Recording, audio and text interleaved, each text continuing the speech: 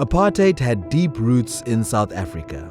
The descendants of European colonists were the white minority, making up less than a fifth of the population. Before apartheid was ever articulated as an ideology, varying degrees of racial segregation were the norm in South Africa, as they were in much of the world. When the National Party came into power in 1948, they proposed a cohesive plan to once and for all address the so-called problem of race. It was presented as the rational, enlightened, and even progressive solution. The answer was to be state-enforced segregation at all levels of South African society, with the proclaimed goal of separate development so that each group could fulfill its own civilizational journey. And so apartheid was adopted as the official ideology of the state. It was a synthesis of two prominent strains of segregationist thought in white South African society. The Dutch Reformed Church, at the center of Afrikaner life, held a religious worldview which necessitated strict racial segregation and proclaimed Afrikaners as the chosen people of God. This, combined with the more pragmatic, systematized, and secular approach to segregation practiced by the British government of the former Cape Colony, constituted the basis for the apartheid ideology. Soon after coming into power, the nationalist government of South Africa put into effect a number of laws intended to codify apartheid. Mixed marriages were first prohibited, and then, with the Immorality Amendment Act, the prohibition was extended to mixed couples. The Population Registration Act attempted to classify the entire population into just 4 racial categories.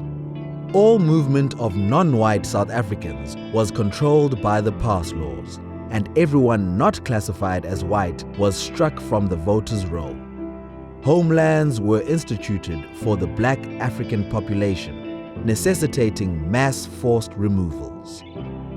The enforcement of these laws proved to be more challenging than expected. The measures needed became increasingly irrational, cruel, absurd, and humiliating. Police officers were tasked with following people home, peering through windows, and stalking couples.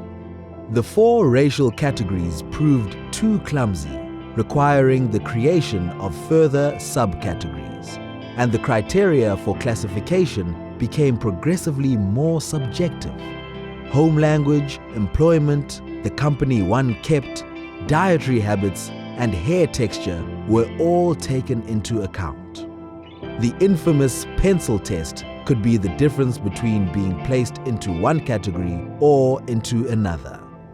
As these laws were being put into effect during the 1950s, much of the rest of the world was moving in the opposite direction. Segregationist policies were easing, and the process of decolonization was just getting started. South Africa stood out conspicuously, and international opinion began to turn against the National Party government. In 1961, South Africa separated itself from the Commonwealth and became a republic. All the while, these laws did not go unchallenged. Many political organizations resisted by organizing formal strikes, sit-ins, petitions, and the burning of passes, but to little lasting effect.